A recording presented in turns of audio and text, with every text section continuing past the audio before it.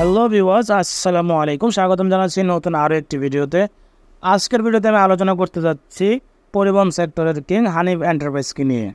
বর্তমান সময়ে একের পর এক প্যাকেট বাস যুক্ত করে যাচ্ছে হানিফ এন্টারপ্রাইজ। তারই ধারাবাহিকতায় বর্তমানে তারা তাদের বহরে নতুন করে আবার যুক্ত করলো 4 unit Mitsubishi ফুসো non AC bus, যেগুলা চলাচল করবে ঢাকা টু বরিশাল রুটে। বাসটির বডি, পেইন্ট, ইন্টেরিয়র এক কথায় অসাধারণ হয়েছে। বাসটি কাজ করানো হয়েছে তাদের নিজস্ব গ্যারেজ ওবি মোটরসে।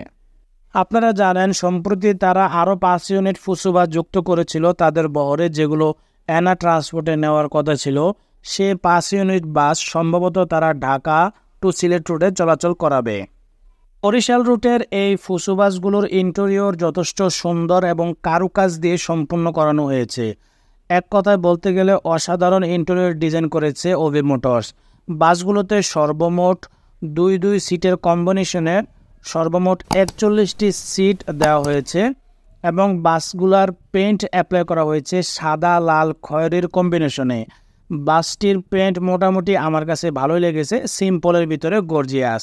বাসগুলোর লাইটিংও মোটামুটি যথেষ্ট ভালো হয়েছে আমার কাছে মনে হয়। আপনারা যদি সরাসরি বাসটিকে দেখেন আপনাদের কাছেও ভালো লাগবে।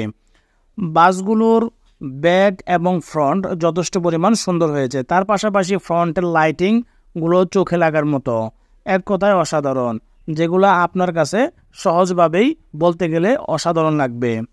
এছাড়াও বাসগুলোর ডিজাইন আগের তুলনায় যথেষ্ট ভালো হয়েছে, কারণ আগের বাসগুলো স্বাভাবিকভাবে যেরকম ডিজাইন করা হতো তার মধ্যে তেমন তারতম্য না থাকলেও বাসগুলোতে আগের থেকে কাজ দারুণভাবে করানো হয়েছে।